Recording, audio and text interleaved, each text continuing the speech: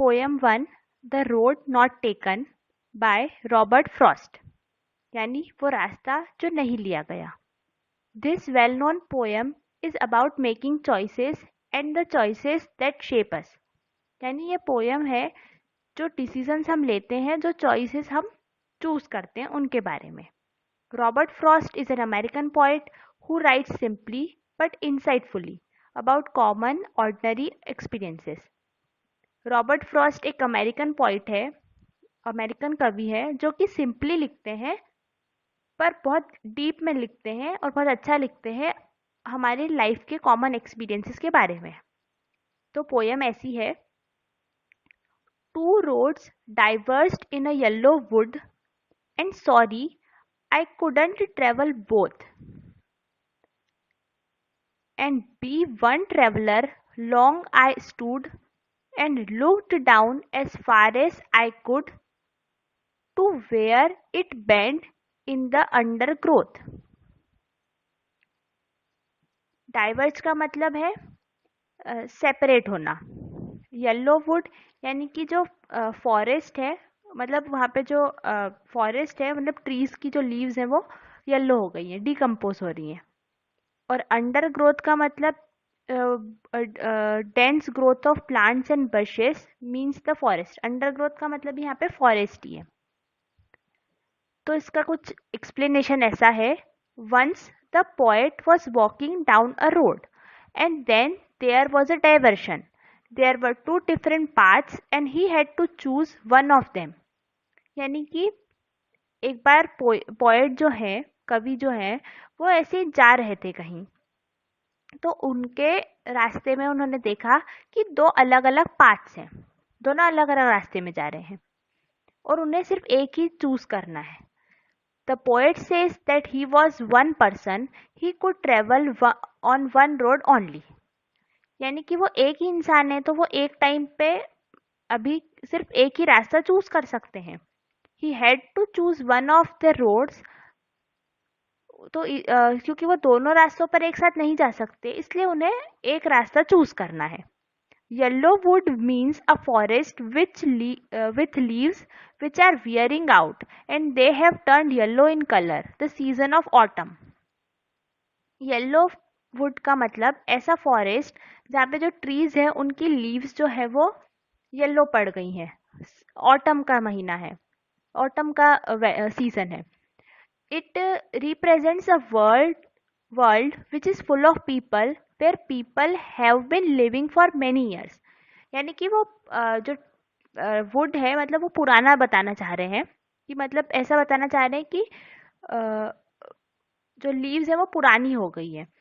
तो उससे ये सिंबलाइज करना चाहते हैं कि ये एक वर्ल्ड को रिप्रेजेंट कर रहा है जो कि पूरा लोगों से भरा है, जो बहुत सालों से वहां पर रह रहे हैं।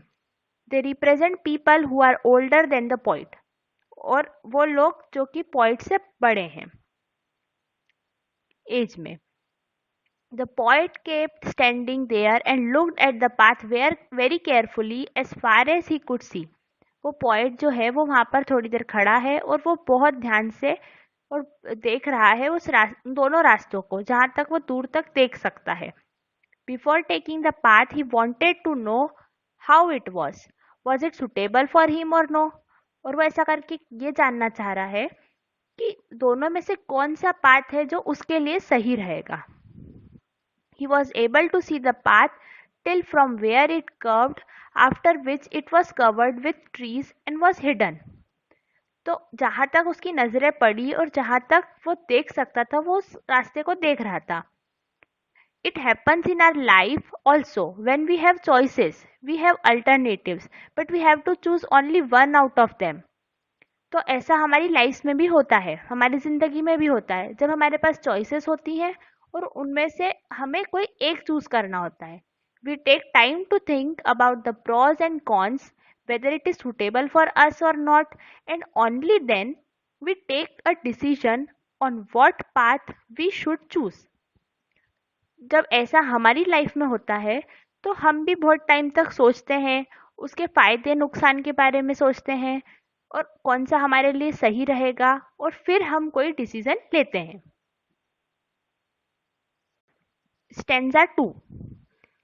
Then looked the other, just as fair, and having perhaps the better claim, because it was grassy and wanted wear.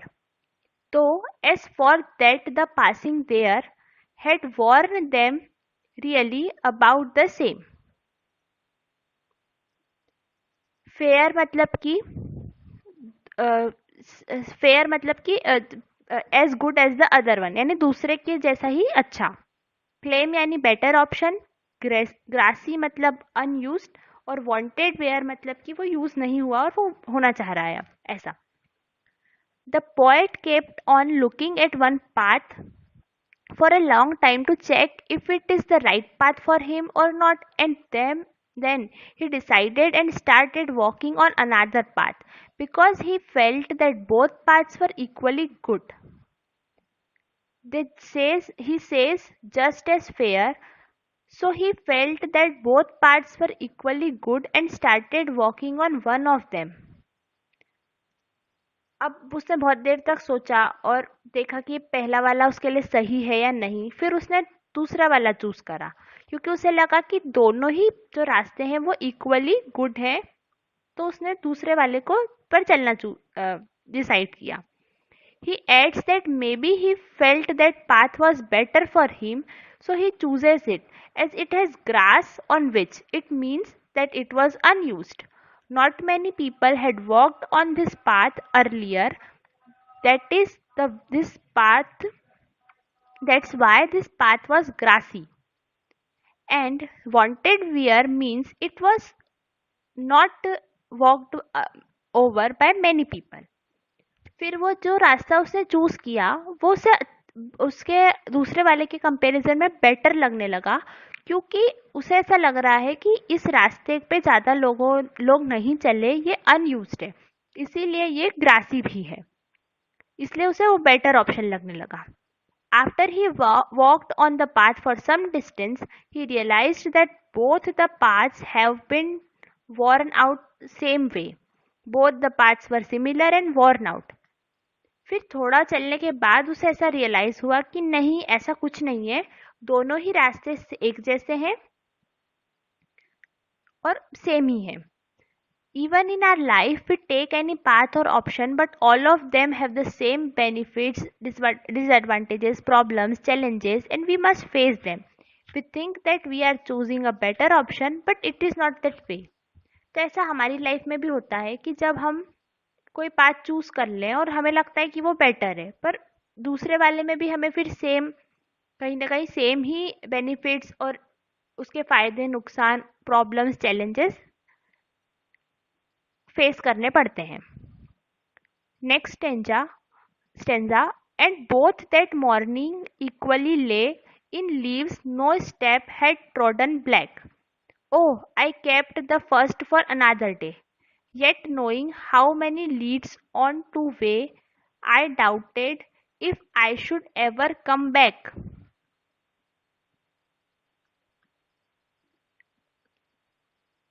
The poet says that both the paths were similar in that morning. Both had leaves on them, and no one had stepped on them as they were still in color. Poet ने कहा कि वो दोनों ही path morning में same लग रहे थे, उन दोनों पे ही लीव्स थी और उस पर कोई भी नहीं चला क्योंकि वो अभी भी ग्रीन है. He decided that day he would take one path and keep the other for another day. उसने एक पाथ चूज किया था और दूसरा किसी और दिन के लिए रख दिया.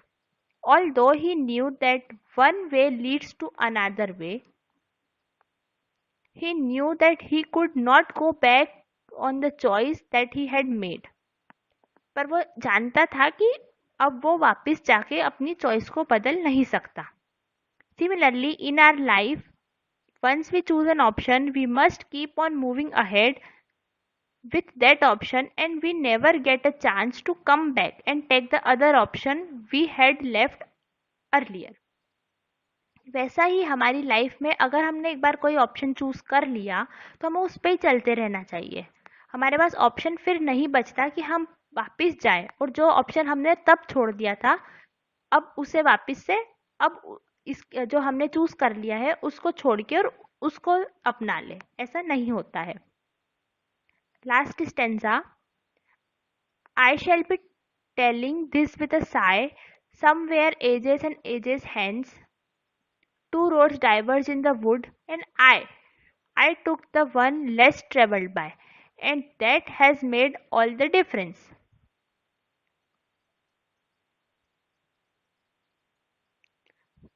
साई मतलब डीप ब्रीथ और हेंस मतलब यहाँ पर है, इसका मतलब फ्यूचर में। वो कहता है he says that in the future he will take a deep breath and say that once upon a time he had reached such a point in life that there were two options of him and he travelled on the road which had been travelled upon by less number of people. वो कह रहा है कि future में वो एक गहरी सांस लेगा और वो कहेगा कि मैं अपनी लाइफ में एक समय पे उस पॉइंट पर था जब मेरे पास दो ऑप्शंस अवेलेबल थे और मैंने वो चूज करा जो कि कम लोगों ने चूज किया था। That decision of his decided his future, और वही डिसीजन ने मेरा फ्यूचर आगे डिसाइड किया। Similarly, in future, when you grow up, then you will say that once upon a time, when you were young, you had two options. The choice that you made you what you became of it. वैसे ही जब आप बड़े हो जाएंगे तब आप अपने future में जब बड़े होंगे तब कहेंगे कि जब मैं छोटा था तो मेरे पास दो ऑप्शंस थे और उसमें से मैंने एक चॉइस जो अपनाई, चूज करी, उसी ने मुझे ये बनाया जो मैं आज हूँ। This is a very strong message to all the students that you should be wise and be careful while making choices out of the options that you have in your life, because your future depends on the choice that you make today. तो ये poem एक strong message देना चाहती है सभी students को कि आपको अपने डिसीजन लेते वक्त सावधान और वाइज देना चाहिए, क्योंकि जो आपकी फ्यूचर लाइफ है वो उसी पर डिपेंड करती है जो चॉइसेस आप आज बनाते हैं। Poem 1, road not taken, exercise thinking about the poem. Question 1, where does the traveller find himself, what problem does he face. जो ट्रेवलर है उसने अपने आप को क्या कहाँ पाया और उसने क्या प्रॉब्लम फेस की। Answer, the traveller finds himself at a point where two roads diverge, his problem is to decide on which road he should walk. Second, discuss what these phrases mean to you, मतलब जो phrases दिए हैं, words दिए, group of words हैं, इससे आपको क्या समझ आता है। पहला, a yellow wood. Answer, a forest in the autumn season. Second, it was grassy and wanted wear. Answer, the road was grassy because it was less traveled and it wanted people to move on it. The passing there. Answer, it implies walking on road. Next, leaves no step had trodden black. इसका मतलब it means the leaves had not been crushed under the feet of travelers. Next, how way leads to on the way onto way. How one road leads to another.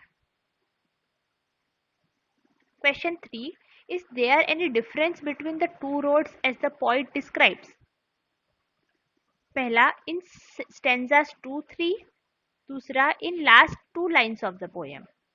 Answer, पहला, there is no difference between the two roads in stanzas 2 and 3. Second, in last two lines of the poem, the poet tells the road he opted is less traveled. Question 4, what do you think the last two lines of poem mean?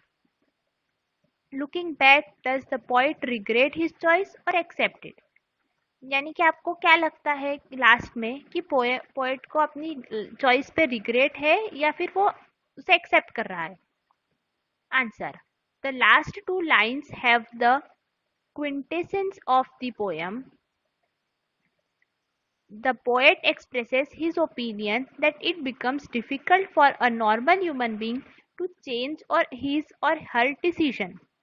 The poet intends to walk on the first road, but he could not do so because his life does not offer multiple chances to choose. The may um, decision taken may decide one's future or lead one to success. It makes all the differences. He now repents for not getting a chance to travel on the first road. Next, have you ever had to make a difficult choice? Or do you think you will have difficult choices to make? How will you make choice that time? यानी कि क्या आपने ऐसी कोई difficult situation face की है जहाँ आपको डिफिकल्ट चूज चॉइस करनी हो, या फिर आपको लगता है कि आप आगे ऐसी कोई चॉइसेस आपको चूज करना होगा, ऐसा कोई पाथ चूज करना होगा? तो अगर ऐसा है तो आप कैसे करेंगे? Next, after you have made a choice, do you always think about what might have been or do you accept the reality? तो अगर आपने वो ऐसा कर लिया, उसके बाद आप क्या करेंगे? आप ये सोचते रहेंगे कि क्या हो सकता था, या आप रियलिटी को एक्सेप्ट करेंगे? Chapter completes here.